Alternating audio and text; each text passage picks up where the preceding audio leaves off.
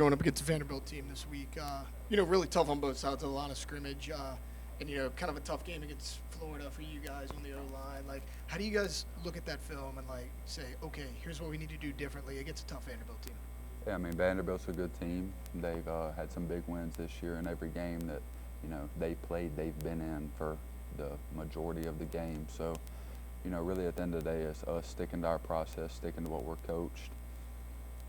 At the end of the day, like I said over there, you're not gonna win every rep, but at the end of the day, you got to fight every rep. So, whenever you go out there and make a mistake, it's always really, most of them are self-inflicted wounds that you do to kind of put yourself, whether it might be hand placement or something of that nature. So it's something that you just got to attack during the week in your preparation to prepare for another quality opponent. Being a veteran leader on this team, nobody likes to lose on a 3-game skid. How has the morale been, kind of knowing you still have 2 games left and an opportunity to win them both here at home and finish the season on a good note?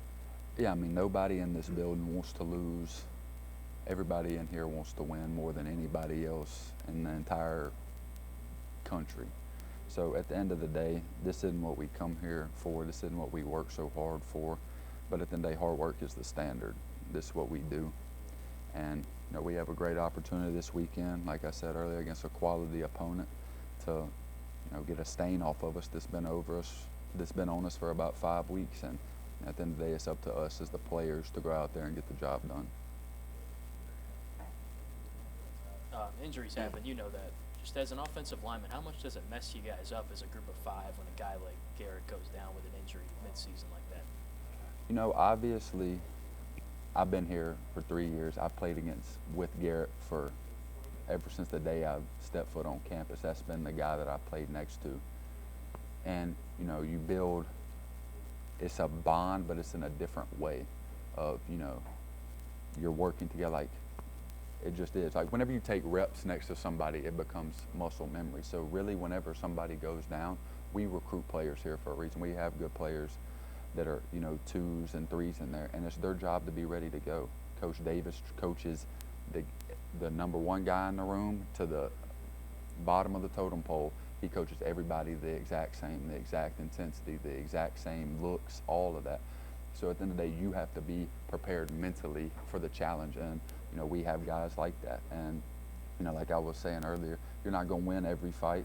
I mean, whenever you're starting in the SEC against a good Florida team and it's your second start, first reps coming off of surgery, it's not going to be all roses and Skittles. Like, it's going to have some bumps and bruises to it. So at the end of the day, you have to attack preparation, but we all have a bond in that room. So, everybody trusts each other. We all know, everybody knows what to do. Everybody's on the same page, but it's our job to go out there and make it happen. Yeah, going into that Florida game, you guys only allowed 6 sacks and then obviously 7. Would you say the inexperience was, the major Achilles heel in that game? No, I mean, I wouldn't say that. I mean, I'd say self-inflicted wounds really kind of just put us there from a, collective as an offense. I mean, we didn't really do anything that night to help ourselves. And, we had 13 negative plays as an offense. You don't deserve to win an SEC game with that type of performance, and that's really the bottom line. You can't go into a hostile environment against a good team, and, people get lost in these records of, Florida's this season, and last season they were this. And that's a good football team. They got good players. They got good coaches. Their players can play here. Our players can play there. I mean, so it doesn't matter who you're playing in this league. This is the NFL of college football. These dudes will play on Sundays just how dudes here will. So you have to go out there every week, no matter who it is, and be prepared and, have that drive to go win. And whenever you have self-inflicted wounds on the road in a hostile environment against a good team, you don't deserve to win the football game, and that's what we did. We'll kind of stick with the injuries along the offensive line. Like, you and Emory as well were kind of thrown in there in the fire as a freshman, right? Mm-hmm. Y'all were required to play right away. You got young guys in there now. Chester's in his first year. You got Paul next to you, and then Miles Frazier goes down. So you got 3 young guys right in the middle, but Emory on one side, you on the other, the veterans. How have you guys kind of helped pick those guys up as far as, like, in-game action? Because we've been in their shoes. most, everybody, sees me play or whatever and all of that. But if you ever got the time, go back and watch my first play of college football. I got my face ran through, punished, and that's just what it is. I mean, to be thrown in the fire like this against good teams, these dudes are trying to get paid, and all they got to do is get to the quarterback. One thing we live by in the O-line room, a D lineman get 1 sack a game, and that's the only thing he can do. 12 games, he'll be a top 5 pick. You give up 1 sack a game for 12 games, you're gonna work at Amazon. Nothing wrong with that, but whenever we're here, this is what we're striving for. Like, I mean, everybody in this building wants to play on Sundays, so that's how it is. But it's only gonna make them better. They're growing each week. You can see it. They're learning, not just, physically what it takes, but mentally. The game has slowed down so much for DJ, and Paul is, and it's starting, you can see it is starting to slow down for him, because whenever you're playing these good SEC teams, eventually you'll start to get the rhythm of it. And I think he's going to be a great player. He's tough as nails. He fights. He's going to scratch and claw, and that's the thing. That's all you can ask for at the end of the day. Whenever you get knocked down, just get up, and that's what he does. And he's a hard worker, and I couldn't be more proud of him, because he's came so far since he's been here, and he's only going to keep growing.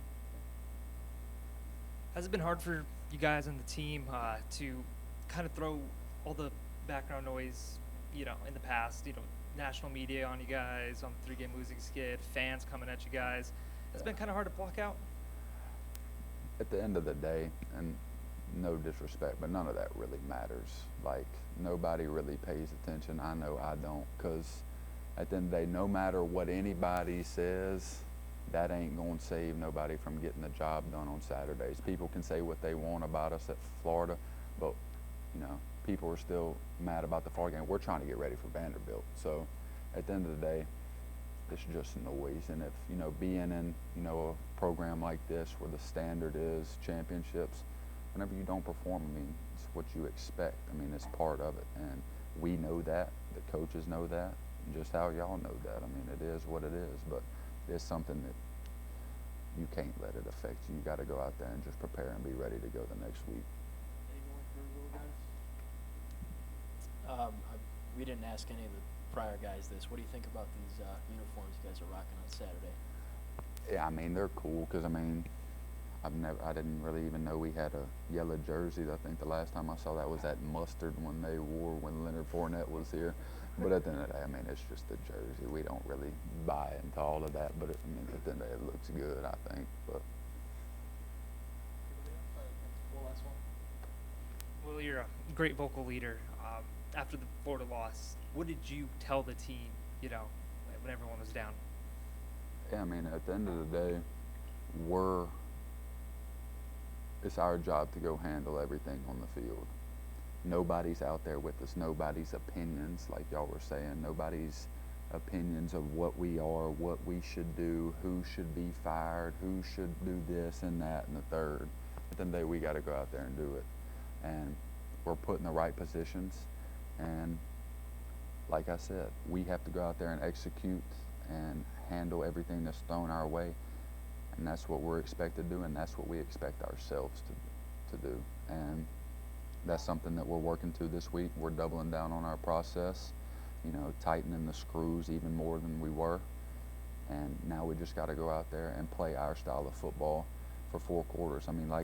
Something that not a lot of people know, not a lot of people pay attention to, but 3 out of the 4 losses that we've had, we've led going into the 4th quarter.